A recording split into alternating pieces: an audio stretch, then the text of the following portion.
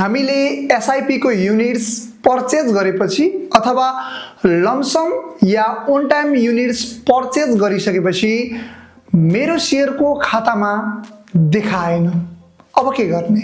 कति व्यक्तिहरूले त एसआईपी चाहिँ फेक रहेछ किनभने मेरो पैसा मात्र यसले खायो भनेर आगामी एसआईपी मा इन्भेस्ट गर्न नै छोड्दिनुहुन्छ। यस भिडियोमा तपाईलाई म प्रश्न पारेर बताउने छु। अब यहाँ तपाईले मेरो शेयरमा यहाँ देख्न सक्नुहुनेछ मैले चाहिँ यनाई 31 मा चाहिँ एसआईपी सुरु गरेको थिएँ। अब भर्खरै गरेको भएर यहाँ तपाईले मेरो युनिट्स देख्न सक्नुहुनेछ थोरै छ। त्यो पनि मलाई यसको आईपीओ खोल्दा नै मैले चाहिँ 100 युनिट्स चाहिँ त्यतिखेरै 1000 रुपैयाँमा अप्लाई गरेको थिएँ। अनि त्यसपछि मैले पछि भर्खरै मात्रै एसआईपी सुरु पनि गरेको।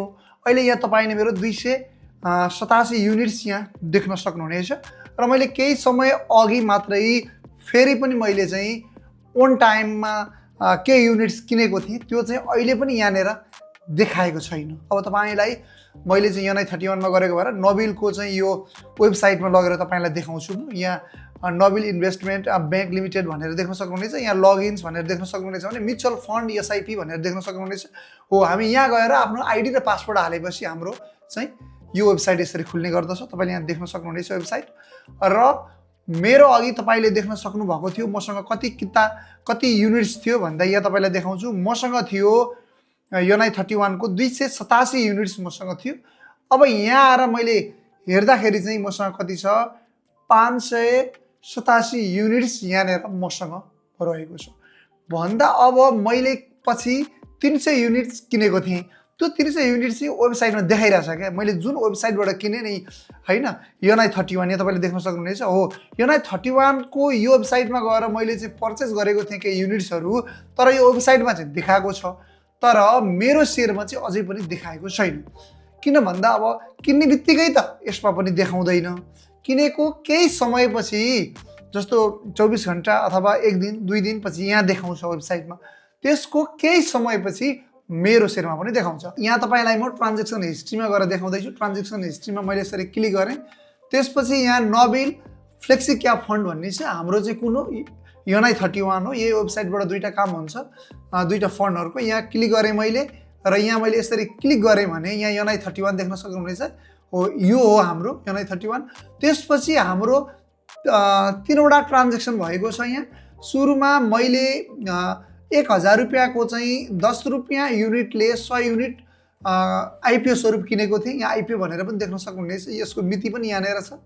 त्यसपछि मैले एसआईपी भर्खरै सुरु गरेको थिएँ र तपाईले यहाँनेर यति रुपैयाँको मैले चाहिँ यति युनिट्स प्राप्त गरेको थिएँ 10 रुपैयाँ 66 पैसा पर युनिट्सको दरले। त्यस्तै यहाँनेर मैले ओन टाइम परचेजमा चाहिँ अलिकति आफूसँग पैसा भएको बेला एनएबी भ्यालु घटेको बेला चाहिँ हामीले यो किन्न सक्छौं। मैले चाहिँ यहाँनेर 3138 रुपैयाँमा 300 युनिट्स किनेको थिएँ 10 रुपैयाँ 46 पैसाको दरले। अनि यहाँ 3 चोटि ट्रान्ज्याक्सन भएको छ। हाम्रो पैसा कसैले पनि खाँदैन। यहाँ तपाईले देख्न सक्नुहुनेछ। यहाँ हाम्रो ट्रान्ज्याक्सन हिस्ट्री पनि हुन्छ। हामीले कति पैसा तिर्यौं, कुन तिर्यौं, के खरिद गर्यौं हैन, आईपीओ खरिद गर्यौं कि एसआईपी हो कि बिचमा हामीले अरु परचेजहरु गरिरहेका छौं कि युनिट्सहरु सम्पूर्ण कुराहरु यहाँनेर हुन्छ। त्यो भएको भएर पनि हामीले डराउनु पर्ने अवस्था छैन। म यहाँ ड्याशबोर्डमा जान्छु र ड्याशबोर्डमा गएपछि अब यो हामीसँग अहिले 587 युनिट्स रहेको छ। अब यसको कर पर युनिट्स त्यसपछि करेन्ट भ्यालु अहिले यसको कति पर्छ करेन्ट भ्यालु त्यो पनि यहाँनेर देख्न सक्नुहुनेछ। अहिले यसको भ्यालु पनि कसरी छ यहाँ चलेको यो देख्न सक्नुहुनेछ। यो यनाई 31 को यो चाहिँ नबिल फ्लेक्सी क्याप फन्डको यो माथिको देख्न सक्नुहुनेछ। अब 587 युनिट्स यहाँ देख्न सक्नुहुनेछ। यो तपाईहरुले यो चाहिँ वेबसाइटमा यसैको आधिकारिक वेबसाइट हो भने मेरो शेयरमा जाँदाखेरि चाहिँ यहाँनेर तपाईले 287 मात्र देख्न सक्नुहुनेछ। 300 युनिट्स यहाँ आएको छैन। केही समय अगाडि मैले किनेको थिएँ। अब यो 300 युनिट्स पनि यहाँ आएर केही समयपछि जोडिनेछ। त्यसमा हामीले डराउनु पर्ने अप्ठ्यारो मान्नु पर्ने कुरा छैन। आफ्नो एसआईपी लाई निरन्तर गरिरहनु पर्छ। बीचमा हामीसँग पैसा भएको बेला एनआईबी चाहिँ घटेको बेला हामीले बेला-बेलामा किनेर पनि राख्न सक्यौं भने हामीलाई भविष्यमा गएर धेरै प्रतिफल यसबाट हामीले प्राप्त गर्न सक्छौं। एसआईपी सम्बन्धी हाम्रो यस भिडियो तपाईलाई कस्तो लाग्यो? एसआईपी सम्बन्धी कुनै पनि तपाईको जिज्ञासा छ भने यस भिडियोको कमेन्ट बक्समा राख्नु होला।